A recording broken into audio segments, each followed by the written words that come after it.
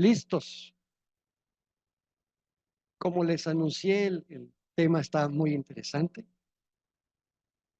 Eh, como pediatra y, bueno, neonatólogos es interesante doblemente.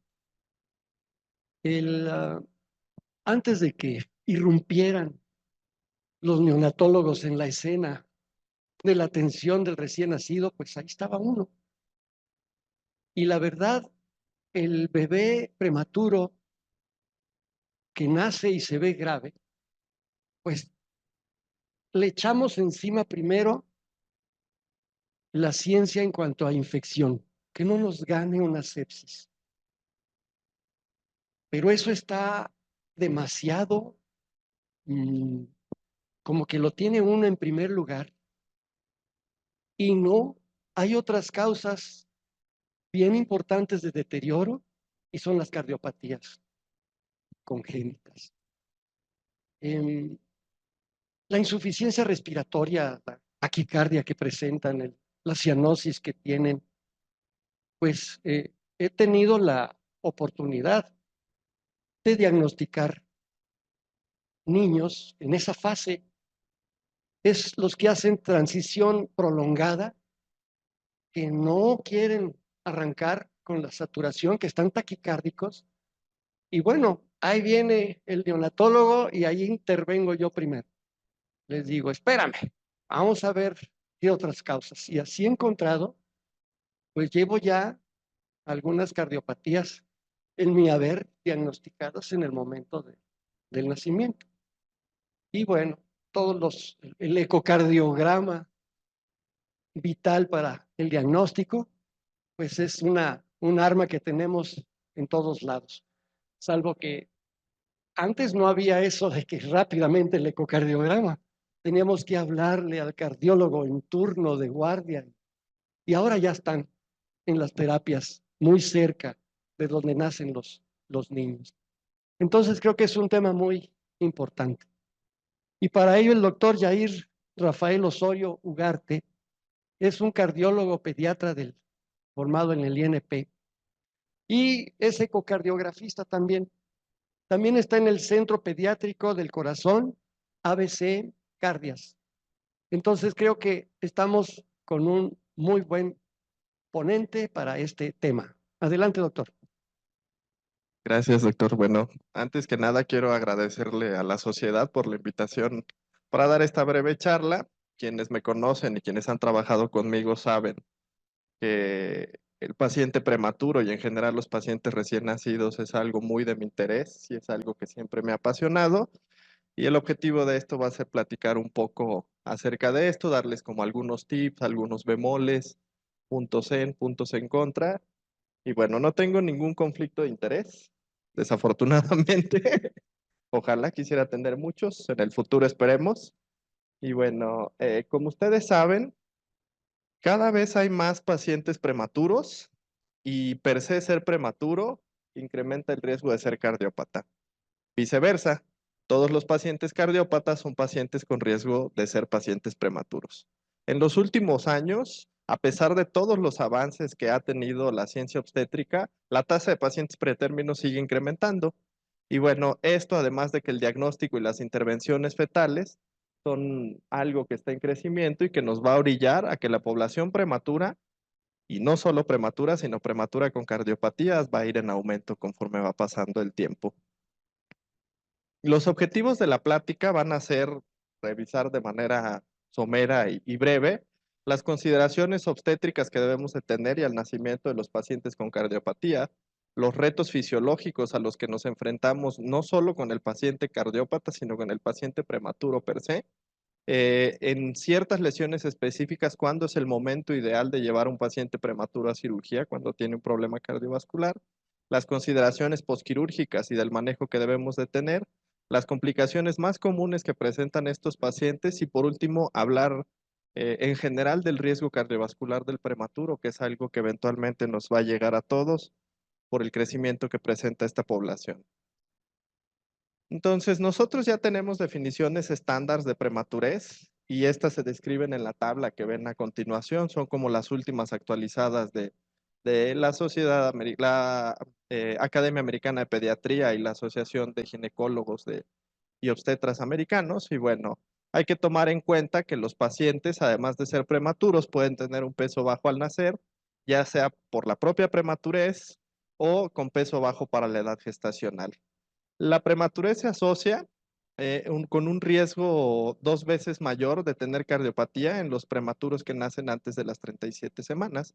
Y bueno, hay indicaciones maternas y fetales que puedan indicar el momento del nacimiento en pacientes con y sin cardiopatía. Algo que vemos muy frecuentemente en nuestra práctica es que estos casos de pacientes con cardiopatía se programan de manera electiva para coordinar la atención al nacimiento.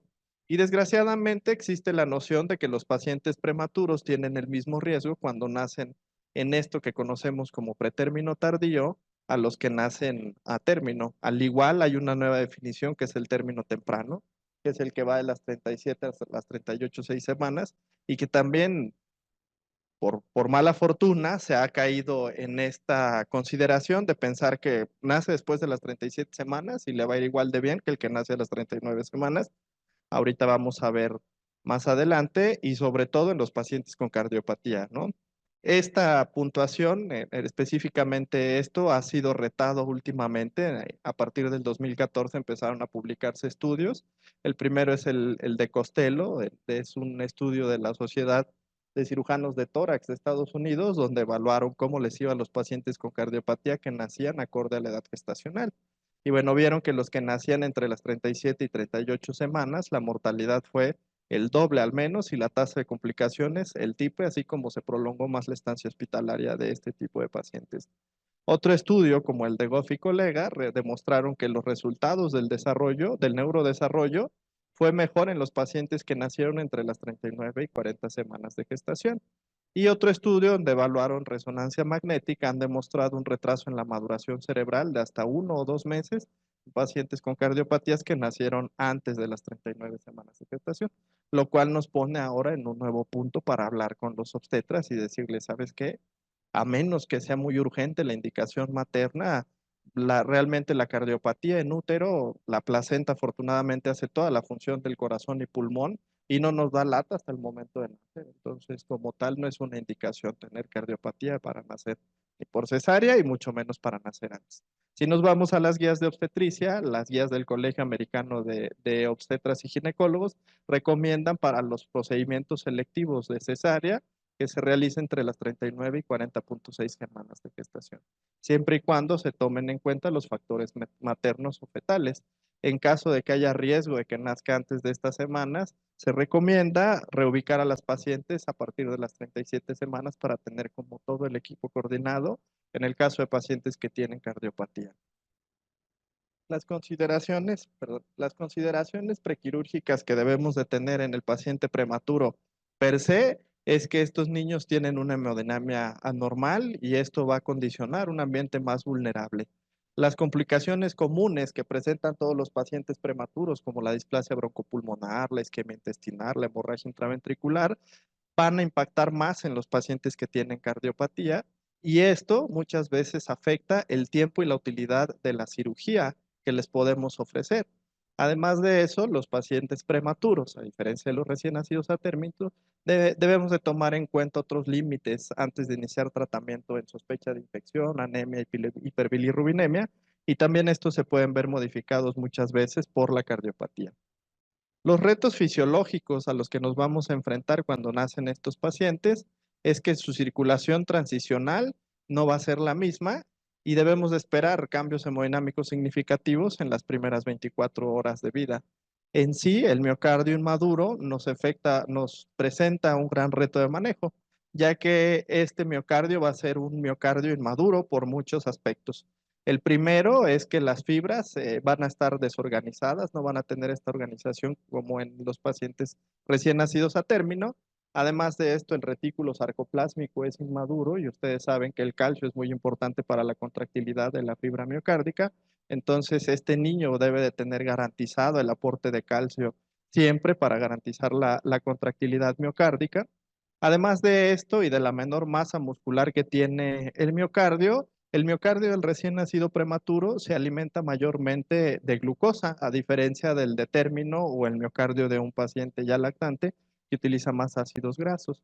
Esto, en suma, nos hace que el miocardio sea menos tolerante a cambios de volumen y tampoco muy tolerante a cambios de presión, por lo cual en estos pacientes debemos ser muy tolerantes con las frecuencias cardíacas. No tenemos que esforzarnos tanto por mantenerlo como en el margen de normalidad, ya que la frecuencia cardíaca va a ser uno de los principales mecanismos que puede echar mano el miocardio para compensar un poco la insuficiencia cardíaca. Los líquidos y electrolitos, estos pacientes van a requerir una mayor cantidad de líquidos al ser prematuro y por lo cual debemos de mantener un aporte adecuado, no solo de líquidos, sino también de calorías. El uso de diuréticos cardiópatas debe de ser muy juicioso. La idea de que es cardiópata, vamos a restringir líquidos y vamos a poner diurético. Los pacientes prematuros son un grupo un tanto diferente, ya que su requerimiento de líquidos es más alto. Además de esto, son pacientes que tienen inmadurez renal. Entonces, como todo el balance neto, van a tener un mayor requerimiento hídrico calórico. Estos niños deben de ser manejados de manera muy juiciosa, ya que esta imagen que les muestra a continuación, perdón, es un esquema donde se evaluó pacientes con conducto arterioso permeable prematuros, donde los sometieron, se evaluó el gasto cardíaco en vena cava superior y este grupo, el del ECO 1 versus el grupo 2, son pacientes que tuvieron y no tuvieron restricción hídrica. Entonces, los pacientes que tuvieron un manejo libre de líquidos mantuvieron un gasto cardíaco normal y con el simple hecho de restringirlos de líquidos, los pacientes del grupo 2 se fueron a un gasto cardíaco más o menos a la mitad. Por tanto, aunque se antoja por ser cardiópatas restringirlos, no tenemos como tal una justificación eh, firme para hacer una restricción de líquidos, a menos que ya tengamos datos francos de sobrecarga. Entonces, debemos de monitorear de manera cuidadosa los electrolitos. Estos pacientes son más propensos a sufrir hiponatremia debido a esta inmadurez renal.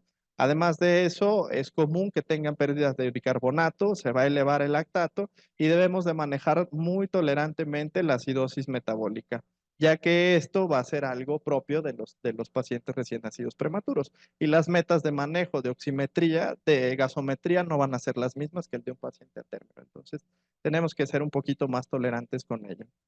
En cuanto al flujo cerebral, hay un término que se llama autorregulación, es un término que se utiliza mucho en la bibliografía y que la verdad a veces es un poquito difícil de conceptualizar. La manera como a mí me gusta ejemplificarlo es lo que sucede en el choque séptico. Cuando nosotros tenemos un paciente en choque, tenemos órganos que se sacrifican incrementando la resistencia y hay otros que son los órganos vitales que van a disminuir la resistencia para garantizar el flujo. El cerebro y el corazón son los principales, los que más conocemos, y las glándulas suprarrenales en tercer lugar. El cerebro del recién nacido apenas va alcanzando estos mecanismos de maduración. El del prematuro de plano no lo tiene. El del prematuro, el cerebro del prematuro se sacrifica como todo el cuerpo cuando tenemos un estado de choque o una situación hemodinámicamente adversa. Por lo tanto, debemos de garantizar una adecuada perfusión a órgano y para esto hemos utilizado muchas metas que la verdad no han demostrado ser lo suficientemente útiles, ¿no? En general, la principal, la más conocida y la que todos utilizamos es la presión arterial, ¿no? Y casi siempre decimos vamos a garantizar una presión arterial, pero vamos a ver que en los pacientes prematuros una adecuada presión arterial no significa o no traduce una adecuada perfusión. Entonces, hay muchas metas que utilizamos. Hay metas que se basan en percentilas, que tienen sus limitantes por cómo se adquirieron, cómo se estudiaron los grupos, pero en general la aceptada es mantener una presión de perfusión, una presión media mayor a 30 milímetros de mercurio. Y esto tiene mucho que ver no solo con el flujo cerebral, sino con algo que se llama presión de perfusión coronaria. La presión de perfusión coronaria nosotros la estimamos al restar a la presión media la presión de aurícula derecha, que siempre por default la dejamos en 5 milímetros de mercurio. Entonces, teniendo una presión media, vamos a tener una presión de perfusión coronaria aproximada, si tenemos la media de 30, de 25. Y eso en un paciente pretérmino ya nos garantiza que tenga una adecuada perfusión coronaria, una adecuada perfusión renal. Aunque esto, como les mencionaba, no es del todo aplicable al 100%, sí debemos de tener como meta tratar de minimizar la hipotensión, evitar la hipocarbia y siempre mantener un aporte adecuado de hemoglobina, evitando a todo límite la anemia. Para los grupos de pacientes con cardiopatía, la meta o la cifra de hemoglobina que utilizamos sí cambia un poco. Cuando son cardiopatías cianógenas, tratamos de mantener un hematocrito mayor a 40%, ¿no? A diferencia de los otros que a veces con 10, si estamos en una situación hemodinámica adversa, ya podemos considerar la transfusión.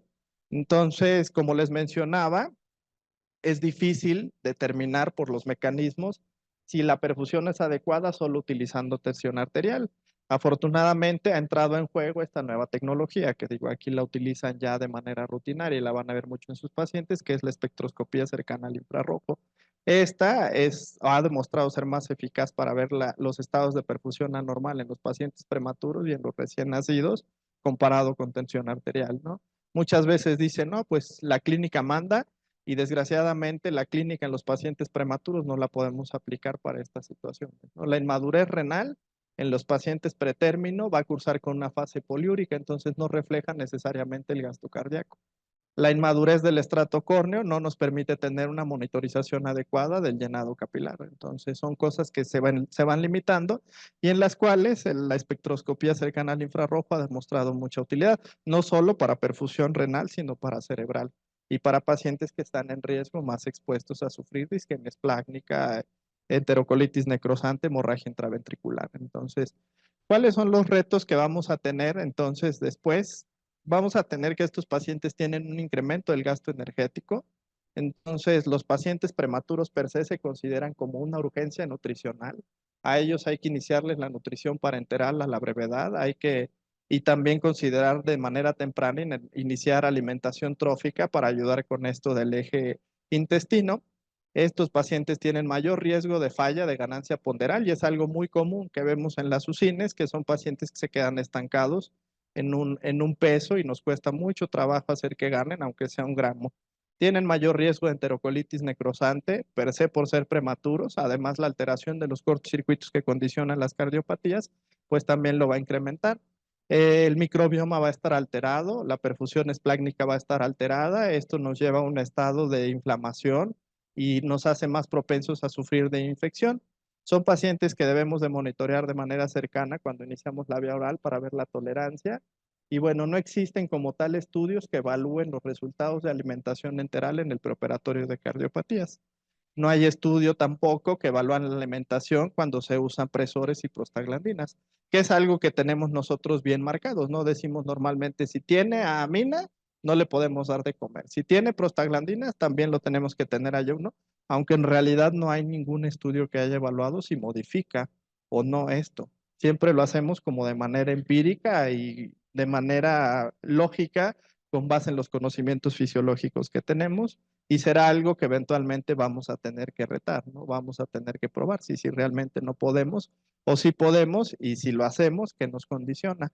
Los pacientes prematuros son pacientes que sufren en su mayoría de síndrome de estrés respiratorio por consumo o por inmadurez pulmonar, por falta de surfactante. Como tal, el SDR pues, nos va a condicionar una pobre oxemia y es probable que estos pacientes requieran de intubación y surfactante. Para estos pacientes, las metas de oxigenación no están bien definidas y hay muchos estudios que han estudiado en pacientes no cardiópatas como cuál es la meta ideal. Uno utilizó que las metas más bajas de oximetría, utilizar entre 88 y 94, disminuía la displasia broncopulmonar y el riesgo de retinopatía, pero de manera neta se incrementaba discretamente, pero se incrementaba la mortalidad. La hipercapnia permisiva, si bien va a reducir el riesgo de displasia broncopulmonar, puede alterar la hemodinámica, sobre todo en los pacientes que tienen cardiopatías de bajo flujo. En los de alto flujo, que produce vasoconstricción pulmonar, nos puede ayudar para mantener una circulación hasta cierto punto balanceada.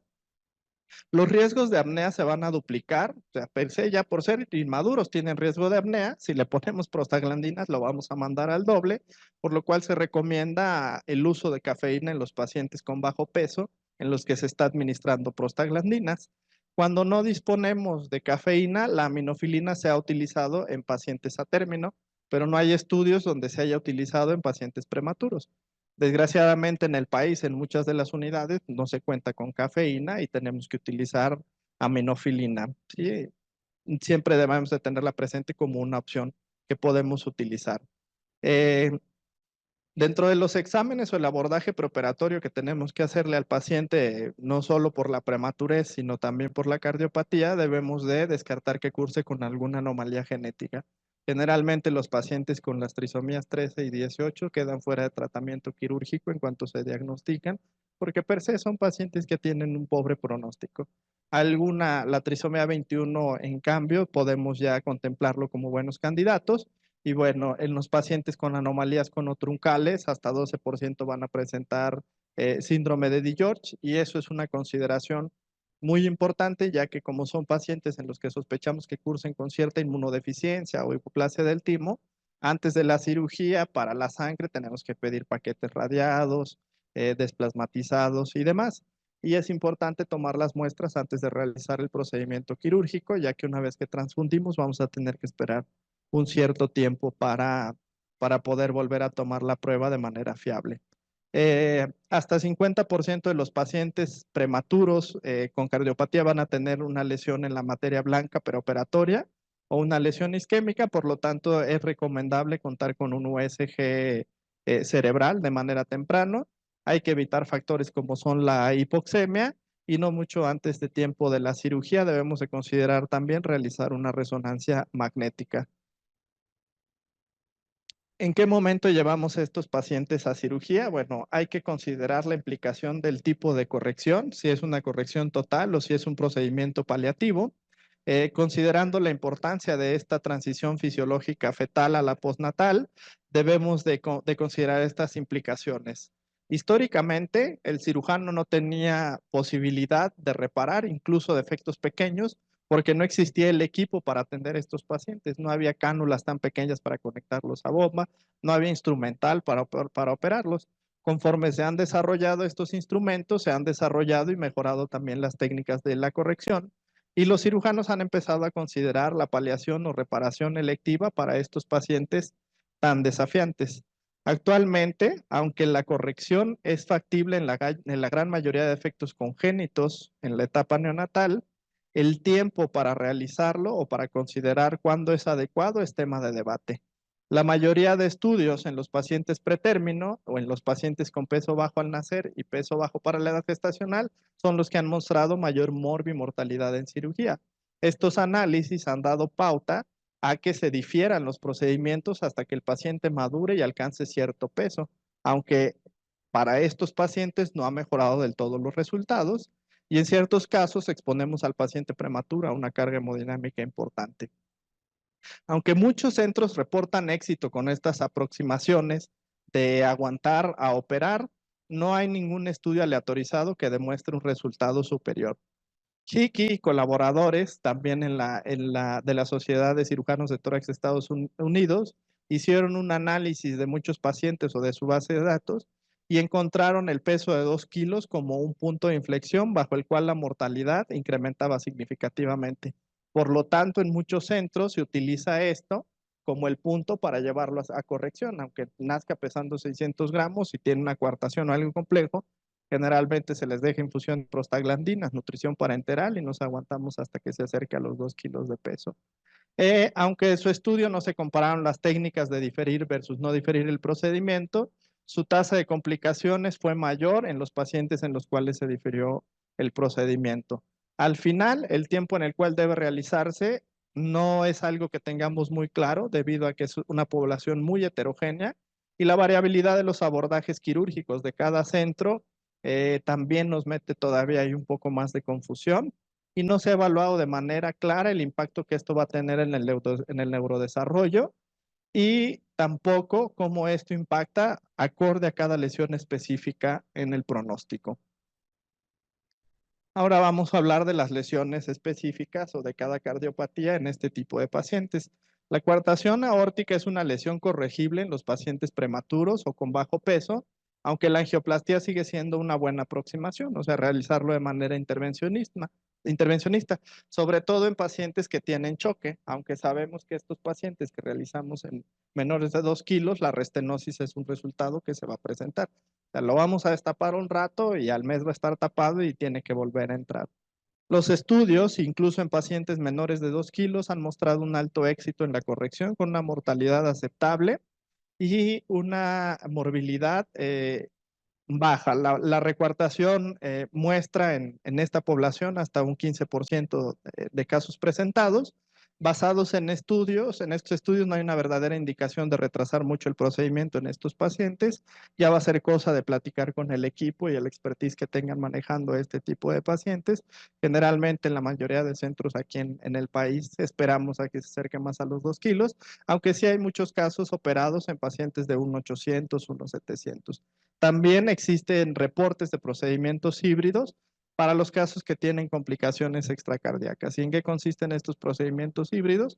Al ser lesiones ductodependientes, a veces se coloca un stent en el conducto para mantenerlo abierto y podemos tratar de balancear la circulación con la ventilación, el uso de oxemia limitada y con eso llegar al peso donde disminuye mucho el riesgo. En el caso de la transposición, que ya es una lesión un poquito más compleja, estos pacientes requieren una cirugía que es el procedimiento de switch arterial o la cirugía de Yaten, en la cual vamos a transferir la raíz aórtica y las coronarias de donde están situadas emergiendo el ventrículo derecho hacia la pulmonar que está emergiendo del ventrículo izquierdo. Históricamente, esta se difiere, se deja con prostaglandinas o se abre una comunicación interauricular por medio intervencionista, un procedimiento que se llama Rashkin, y ya que llegamos a un cierto peso, pues ya lo llevamos a corrección. Aunque algo que debemos de tomar en cuenta es que este tipo de pacientes, como el ventrículo izquierdo está conectado al pulmón, el pulmón va a disminuir la resistencia conforme va creciendo. Y al disminuir su resistencia, este ventrículo izquierdo va a ir desacondicionando, ¿qué quiere decir? Va a ir perdiendo fuerza. Si esperamos mucho tiempo para realizar este procedimiento, puede que nos enfrentemos a un escenario en el que el ventrículo izquierdo no tolere la circulación sistémica y tengamos un fallo a la corrección. ¿Sí? Entonces, en estos pacientes, si bien la mortalidad se incrementa de 15 a 20% y su mortalidad posquirúrgica es muy alta, se prefiere intervenir a la brevedad, ¿no? Y hay casos reportados aquí en el país de pacientes operados de 1,6 kg con todo el problema de neurodesarrollo y las complicaciones neurológicas que presentó, pero con una mortalidad aceptable. En el caso del síndrome de ventrículo izquierdo hipoplásico, per se ya el síndrome de ventrículo izquierdo hipoplásico es una de las cardiopatías más difíciles de tratar, con todas las variantes que muestra. Es una lesión cardíaca muy compleja y desafía mucho la manera en que la manejamos hasta en los pacientes a término, ¿no?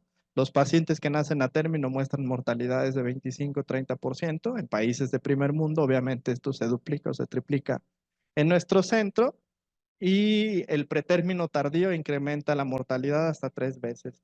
En los centros donde optan por ofrecerle alguna terapéutica a estos pacientes en la etapa de pretérmino, cuando son pacientes de bajo peso, generalmente utilizan procedimientos híbridos hasta que alcanzan más de 2,5 kilos, que cuando el tratamiento quirúrgico, que es el procedimiento de Norwood, es donde disminuye ya la mortalidad.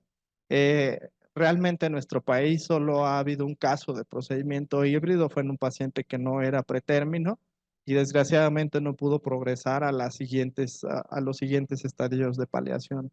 Entonces, desgraciadamente lo que nosotros vemos en nuestros centros para este tipo de pacientes es que no contamos con el recurso, infraestructura, y la gran mayoría de veces estos pacientes los dejamos como paliativos y no les ofrecemos alguna opción quirúrgica. En el caso de la tetralogía de Fallot, que es el defecto cianógeno más común y que fue la primera patología cardíaca en ser paliada, bueno, históricamente se ha paliado con una fístula sistémico-pulmonar para garantizar que tengamos flujo sanguíneo hacia los pulmones por la obstrucción que presentan, ¿no?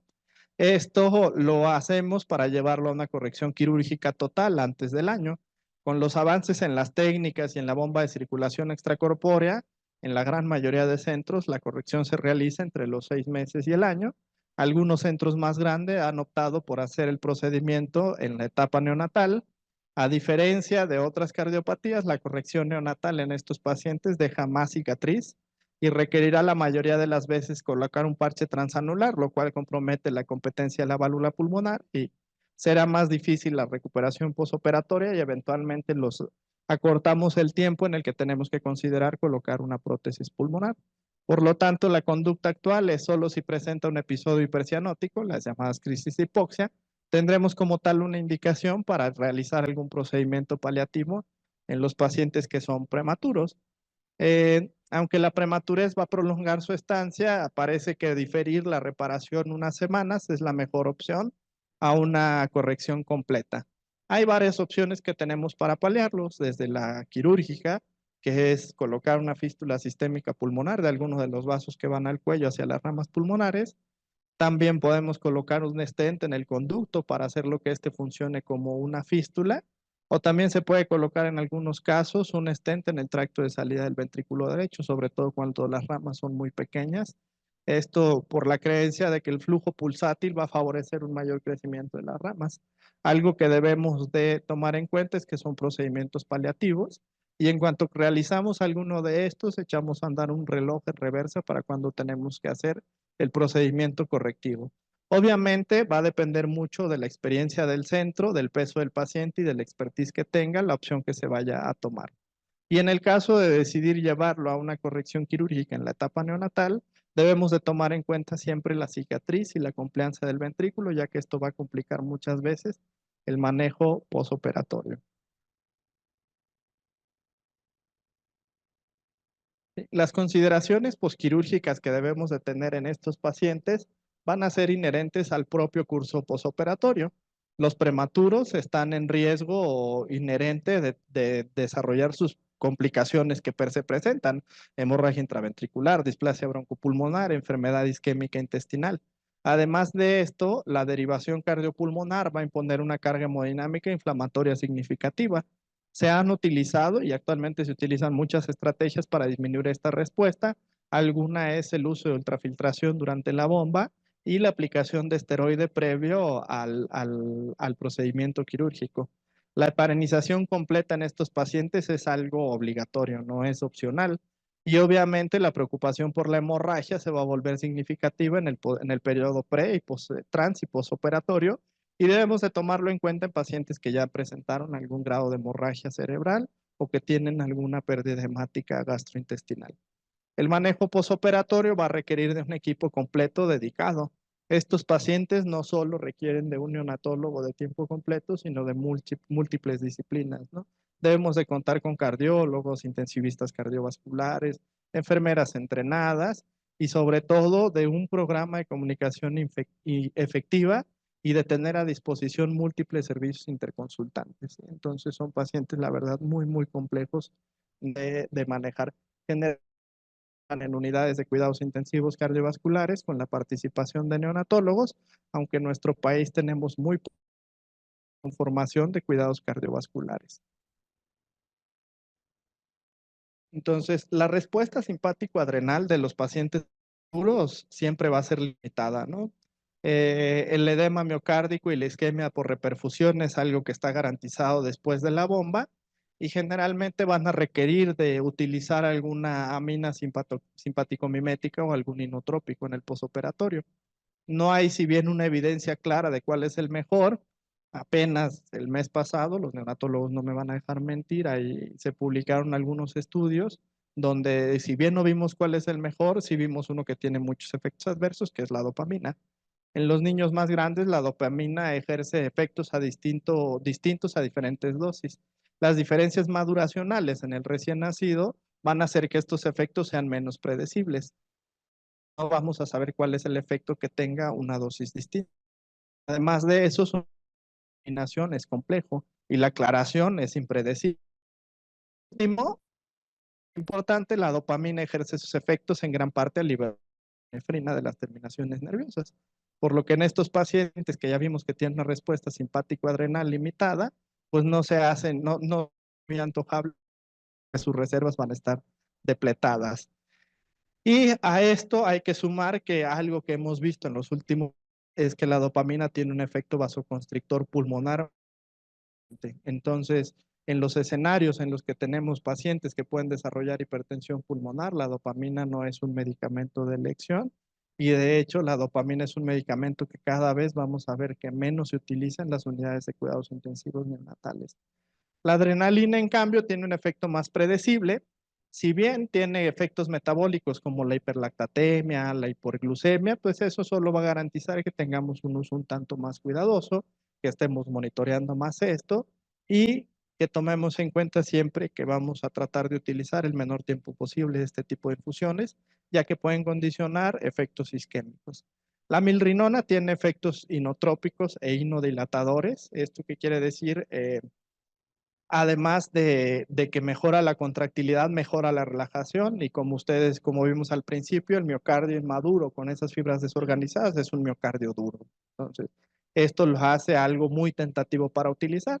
Solo debemos de tomar en cuenta el pequeño inconveniente de que se depura mayormente por vía renal, lo cual en pacientes con compromiso renal nos expone a que tengan vasodilatación severa. Incluso hay muchos estudios sobre todo en pacientes con asfixia perinatal, donde si se utiliza durante el periodo de hipotermia, se incrementa el score inotrópico y son pacientes que eventualmente terminan con 2 o 3 medicamentos simpático-miméticos.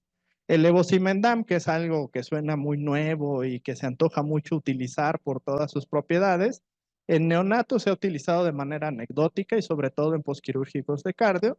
De esto sí ya hay varios estudios que han retado su utilidad. Si bien alguno fue muy controvertido por la manera en la cual se utilizó, no demostró tener superioridad a la milrinona en cuanto al efecto inodilatador. Algo que sí debemos de tener en cuenta mucho con este es que también tiene una vía de eliminación renal y su vida media es más prolongada. En pacientes con una inmadurez metabólica, obviamente los exponemos a que ese fármaco esté circulando más tiempo. En niños en general decimos que la vida media puede llegar hasta los 7 días. En pacientes pretérmino no tenemos ni la más mínima idea de cuánto vaya a durar y esto sí lo expone a una vasodilatación grave. Por lo tanto, es un medicamento que no recomendamos. Los pacientes en el posquirúrgico van a tener pérdida de líquido por distintos medios, eh, por sangrado, por intercambio de fluido transcapilar, por diuresis osmótica, los cuales pueden exponer en las primeras horas del posquirúrgico a estados de hipovolemia. Si bien las herramientas estáticas y dinámicas que tenemos ahorita para evaluar el estado del volumen son útiles en niños y adultos, en los pacientes prematuros no hemos desarrollado alguna que sea 100% fiable. Entonces, utilizar en cuenta la medida aislada de la presión de la aurícula derecho va a ser algo muy poco informativo, que es algo que utilizamos mucho en las otras terapias. Y a pesar de esto, pues la gente que está metida en esto, como no tenemos otro subrogado, es de lo que más se utiliza. En ausencia de sangrado, el líquido para reponer pérdidas en estos pacientes no es muy claro y generalmente se prefiere albúmina al 5%, aunque no haya un dato convincente de que su uso produzca una mejora sostenida. Sí preocupa mucho la extravasación, el hecho de que tenemos este paciente que después de la bomba va a tener cierta disfunción endotelial, por lo cual los cristaloides solos no son lo más recomendable. Y la preocupación y algo que está muy clara es que la sobrecarga de líquido se asocia con un incremento exponencial de la mortalidad cuando esta es mayor al 10%. Y esta era una meta que teníamos hace 5 o 6 años. Actualmente ya salió un nuevo estudio donde esta meta la bajaron al 5%. Si gana más de 5% del peso previo por líquidos, la mortalidad se va al doble y cuando es más del 10% se va incluso al triple. Entonces, los cambios de líquidos entre espacios pueden ser muy pronunciados y puede existir incluso fuga de albúmina, lo cual hace que esto agrave el intento de reponerlo y nos puede condicionar edema agudo pulmonar. El manejo hídrico de estos pacientes, como se los comenté, debe de ser muy cauto. Ni restringirlos es bueno, ni pasarlos de líquido es bueno. La mejor manera de mejorar este edema y sobre todo el pulmonar es mejorar el flujo linfático. Y para mejorar el flujo linfático necesitamos ese sifón que hace la caja torácica, por lo cual para estos pacientes la respiración espontánea es algo de lo más recomendable. Le debemos de permitir en cuanto sea posible quitar todos los paralizantes musculares, bajar la sedación para que el paciente pueda respirar por sí solo y esto nos ha ayudado a permitir una recuperación más rápida y disminuir el tiempo de estancia intrahospitalaria. El manejo del ventilador siempre debe de ser dirigido a evitar mucho volumen y mucha presión, prefiriendo siempre métodos ciclados por presión, limitados por tiempo, y en la progresión cambiarlos a CPAP, ya que el CPAP permite mantener la capacidad residual funcional de los pulmones, le da una mayor estabilidad al tórax, que de por sí es inmaduro, además de que tiene un efecto positivo en el gasto cardíaco izquierdo, ya que disminuye el gradiente entre el abdomen y la caja torácica. Entonces, esto hasta cierto punto nos disminuye la poscarga del ventrículo izquierdo. Entonces, dentro de todos sus miles de beneficios que ustedes conocerán mejor que yo, tiene estos agregados. Las complicaciones que presentan y la mortalidad. La mortalidad en sí en los pacientes con cardiopatía y prematurez es 2 a 4 veces mayor que el paciente que no es prematuro y muchísimo mayor en pacientes pretérmino que no tienen cardiopatía. El paciente cardiópata prematuro tiene mayor riesgo de presentar displasia broncopulmonar, hasta 4 veces más, y esto tiene un impacto directo en la mortalidad de los pacientes, especialmente aquellos que tienen fisiología univentricular, ya que al ser pacientes que requieren de muchas veces de oxígeno de manera prolongada, de presión elevada, nos altera todo el funcionamiento de estas fisiologías de corazón de un solo ventrículo. La lesión inducida por ventilación es algo muchísimo más común y las metas de ventilación deben de ser monitoreadas cuidadosamente, ya que podemos alcanzar una meta de volúmenes bajos con un tiempo inspiratorio corto y darle algo de hipercapnia permisiva siempre y cuando no tengamos una situación de bajo flujo pulmonar, ya que este afecta el entorno por la vasoconstricción que produce.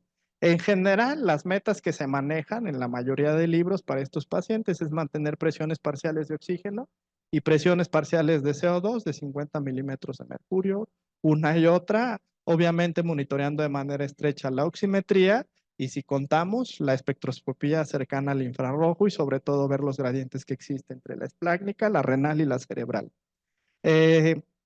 Los pacientes que tienen resistencia vascular pulmonar incrementada se van a beneficiar del uso del óxido nítrico, aunque un gran número de pacientes pretérmino, especialmente los menores de 30 semanas, van a tener una respuesta incierta. Si bien eso acaba de ser retado y esos son estudios nuevos, y hemos visto que hasta 30-40% de los pacientes menores a 30 semanas pueden desarrollar hipertensión pulmonar, que antes conocíamos como persistente del recién nacido, y que ahora preferimos catalogarla en un espectro de si se presenta de manera aguda o de manera crónica. Menores de 30 semanas ya hay un gran porcentaje que presentan esta hipertensión pulmonar aguda y que responden bien a óxido nítrico, por lo cual es una herramienta que se va a utilizar. Además de que ustedes deben de recordar que hace algunos años el óxido nítrico se utilizaba como un medicamento para disminuir el riesgo de displasia broncopulmonar y la utilidad ahí fue algo discutida, ¿no? A pesar de que tienen una resistencia pulmonar aumentada, rara vez estos pacientes van a requerir una presión parcial de oxígeno mayor a 100 milímetros de mercurio. Y bueno, la alta frecuencia o la ventilación de alta frecuencia es algo que se antoja mucho, sobre todo en pacientes con el fin de prevenir el daño pulmonar inducido por ventilador. Entonces, los límites que tenemos en paciente a término pueden ser modificados un poquito a la baja para tratar de meter estos pacientes con parámetros más bajos de ventilador con el objetivo de protección pulmonar. Y es algo que está mucho en boga actualmente y es algo que se está estudiando, la utilidad de la alta frecuencia como protección pulmonar, no solo en los pacientes con cardiopatía, sino en los pacientes prematuros sin cardiopatía. Algunos estudios han mostrado un riesgo 2 veces mayor de incidencia de sepsis en pacientes pretérmino con cardiopatía, además de que son pacientes que tienen una mayor tasa de infecciones nosocomiales. Y pues esto es claramente entendible, son pacientes que están muy invadidos, ¿no? No solo tienen un catéter, tienen varios catéteres, a veces tenemos que colocar sondas de pleurostomía, sondas de toracotomía, y obviamente estos pacientes al exponerse a una bomba de circulación extracorpórea con la disfunción endotelial que conlleva, son pacientes que están más expuestos a infecciones fúngicas invasivas. Decimos que el riesgo de muerte por infección fúngica en estos pacientes se eleva hasta un 21%, por lo cual no es descabellado para estos pacientes utilizar profilaxis de manera temprana. Perdón. La enterocolitis es una complicación propia de la prematurez y en la red de Vermont-Oxford se encontró que los prematuros con cardiopatía tienen un riesgo de 1.8 a 2 veces mayor de desarrollar esta complicación. Aunque per se la enterocolitis incrementa la mortalidad, en los pacientes con cardiopatía no se encontró una diferencia comparado con los pacientes que no tenían cardiopatía. Lo que sí se encontró fue una incidencia mayor en los pacientes que tenían lesiones obstructivas izquierdas, sobre todo porque ustedes saben que el mecanismo isquemia-reperfusión es el que más está implicado en todas las complicaciones de los prematuros. Y un paciente que tiene obstrucción izquierda que se corrige es el mecanismo ejemplar de isquemia-reperfusión en estos pacientes. La hemorragia intraventricular, la literatura es inconsistente por las variables intraoperatorias que influyen en el riesgo.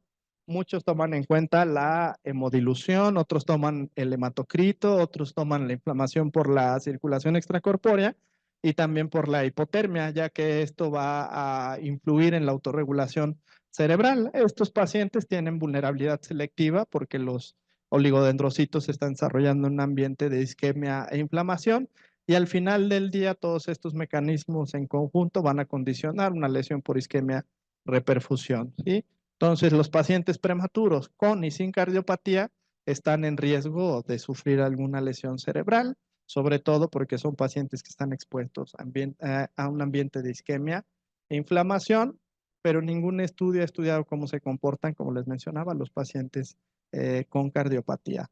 La retinopatía y en general la lesión ocular en los pacientes prematuros con cardiopatías puede estar dada por muchos factores, desde alteración en la perfusión retiniana, una expresión anormal del factor estimulante de crecimiento vascular.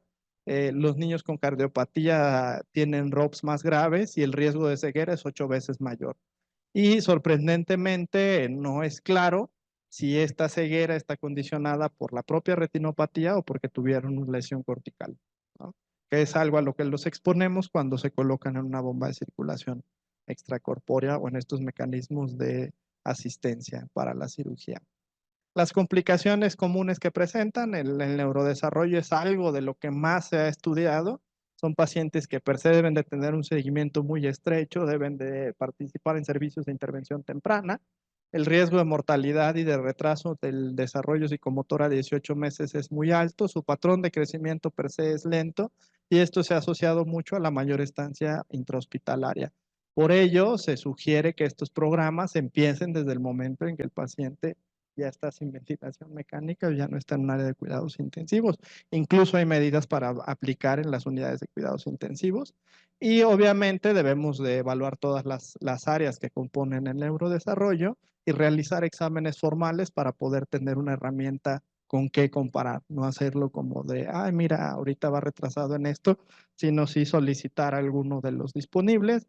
En México el Bailey es el que más comúnmente encontramos y que hay mucha gente capacitada para realizarlo. Y bueno, aquí voy a terminar de hablarles de esta parte de la prematurez y la cardiopatía. Y ahora vamos a hablar de la cardiopatía que sufre el prematuro cuando crece, ¿sí? Entonces, 10 a 20% de todos los nacimientos son pretérmino, 85% de estos son pretérmino tardío, 10% son pretérmino temprano, son término temprano, un 5% son prematuros extremos. ¿Y por qué les hablo tanto de estas cifras? Porque el nacimiento en la etapa de entre las 39 semanas va a ocurrir en una etapa muy vulnerable del desarrollo del corazón. Y esto va a exponer al paciente a un riesgo cardiovascular perpetuo. Esto fue retado, la primera vez que se vio fue en un cohorte suizo donde encontraron que todos los pacientes que habían nacido menos de 36 semanas de gestación tenían 17 veces mayor riesgo de alguna enfermedad cardiovascular comparado a los que no nacieron de manera prematura. Y este riesgo es inversamente proporcional a la edad gestacional. Vieron que los pacientes con término temprano, los de que nacen entre las 38 y 39, 38, 6 semanas, tienen más riesgo, y también los pretérmino tardío, de ingresar al hospital hasta 2 o 3 veces mayor por isquemia miocárdica que los pacientes que nacieron a término. Y esto es algo muy importante porque la cantidad de pacientes que tenemos van en incremento y la cantidad de pacientes prematuros que estamos viendo en la consulta externa cada vez va creciendo más, ¿no? ¿Por qué se da esto? En el tercer trimestre el corazón va a crecer por hiperplasia. Vamos a tener más diferenciación, más división celular y esto va a incrementar el volumen neto de células del miocardio. Al momento que nace el paciente, hay un cambio de señalización y el corazón deja de crecer por hiperplasia y empieza a crecer por hipertrofia. ya no va a formar células nuevas. Esto se ha evidenciado en que no solo estos pacientes se les ha visto una discapacidad cardíaca funcional durante todas las etapas de su vida, sino en estudios de resonancia magnética. Los pacientes que nacen prematuro tienen una menor longitud del ventrículo izquierdo, una menor tasa de deformación longitudinal y el volumen diastólico comparado con los pacientes que no nacieron prematuros está reducido. El ventrículo derecho en general va a tener mayor volumen telediastólico, pero menor fracción de eyección, y esto se relaciona mucho con los problemas de hipertensión pulmonar que tienen estos pacientes. Los pacientes menores a 28 semanas van a tener un menor número de miocitos, menor masa y menor tamaño, y son generalmente los que muestran mayor discapacidad cardíaca funcional a lo largo de la vida. Dentro de los otros cambios vasculares que presentan, el hecho de nacer prematuro nos expone a un mayor riesgo de uso de antihipertensivo entre los 25 y 35 años, que es algo muy joven relativamente contra el promedio de edad en el que empiezan a iniciar los antihipertensivos por enfermedades crónico-degenerativas. Estos pacientes tienen entre 3 y 4 milímetros de mercurio de presión más alta que la media poblacional, y esto se debe a que también se detiene y se interrumpe el desarrollo de los vasos. Al igual que el corazón, y al dejar de crecer, nos vamos a enfrentar a un vaso de menor tamaño y de menor elasticidad, ¿no? Va a ser un vaso más duro. Este lecho vascular, por tanto, va a estar restringido, nos va a dar unas arterias angostas, unas arterias rígidas, y esto incrementa de manera neta la resistencia a la cual se está contrayendo nuestro corazón. Esto nos predispone a disfunción endotelial e hipertensión arterial en etapas más tempranas de la vida, y esto lo hemos evidenciado en estudios de resonancia magnética en el cual se ha comparado el tamaño de la raíz aórtica contra el tronco de la arteria pulmonar, donde lo normal es que tengan una relación de 1.2, 1.3 a 1, y estos pacientes tienen menos de 1 a 1, ¿no? Llegan a tener hasta 0.8, 0.9 a 1. Además de la enfermedad vascular sistémica y la hipertensión arterial pulmonar, son pacientes, sistémica, son pacientes que están predispuestos a sufrir de enfermedad vascular pulmonar. Estos pacientes tienen 3 veces más riesgo de desarrollar hipertensión pulmonar idiopática a lo largo de su vida. Los adolescentes, esto se hizo en un estudio con cateterismo, se encontraron cifras de presión pulmonar más elevadas. La insuficiencia tricuspidia muestra mayor velocidad y el tiempo de aceleración pulmonar, que es un reflejo de la resistencia vascular pulmonar total, está disminuido, además de que muestran una respuesta de vasoconstricción exagerada al ejercicio y a la hipoxia. Los incrementos de esta presión y de esta respuesta, aunque bajos, sí van a tener un impacto franco en la mortalidad. Y algo que no mencioné y que también debemos de tomar en cuenta es que estos pacientes tienen más riesgo de sufrir obesidad, dislipidemia y diabetes o trastornos de los hidratos de carbono, a lo largo de su vida. Entonces, un paciente prematuro es el prototipo ideal para que tenga enfermedades crónico-degenerativas, ¿no? Obesidad, hipertensión, diabetes, dislipidemia. Y bueno, esto es un resumen de cómo son los mecanismos y las manifestaciones que tienen los pacientes prematuros, por qué desarrollan más falla cardíaca, por qué hipertensión pulmonar, por qué hipertensión arterial sistémica, por qué su reserva es baja, ¿no? Generalmente todo tiene que ver con una interrupción del desarrollo, y además en la etapa de prematurez estamos más expuestos a radicales libres, a daño del DNA, y todo esto al final del día va sumando, y el final de toda esta suma es que estos pacientes terminan con hipertensión, con obesidad, con diabetes, tienen más riesgo de eventos cerebrovasculares, tienen más riesgos de ataque isquémico transitorio. Entonces son pacientes que, aunque ya salieron de la terapia intensiva neonatal, son pacientes que debemos de seguir de manera muy estrecha. Si bien cada paciente, el seguimiento va a ser individualizado y va a depender mucho de patología, para pacientes que paliamos de algún procedimiento por fisiología univentricular, obviamente los vamos a ver incluso cada mes, cada 2 semanas. En Estados Unidos, los pacientes con ventrículo izquierdo hipoplásico incluso no egresan del hospital o se van a una clínica de asistencia donde los están monitoreando por telemetría 24/7. Debemos de individualizar obviamente cada caso. A todos los pacientes pretérmino con displasia broncopulmonar, antes la mencionábamos como moderada severa, ahora ya con el simple hecho de tener el diagnóstico, debemos de tamizarlos para hipertensión pulmonar a las 36 semanas corregidas. De esta manera se ha logrado homologar un poquito más los criterios para el diagnóstico, el tratamiento. Afortunadamente, la displasia broncopulmonar tiene que ver mucho con la inmadurez, y esta inmadurez los pulmones no dejan de crecer, si no mal recuerdo, hasta los 3 años. En mi época de estudiante de medicina decían que hasta los 7, ahora le bajaron. Entonces, aunque puedan ser susceptibles de tratamiento con diurético, con vasodilatador pulmonar, generalmente no pasan de los 2 o 3 años que reciben este tratamiento porque tiene que ver mucho con la madurez. Algo que debemos de hacer de manera rutinaria es a los pacientes que tienen historia de prematurez, les tenemos que tomar la presión arterial en todas las visitas pediátricas, ¿no?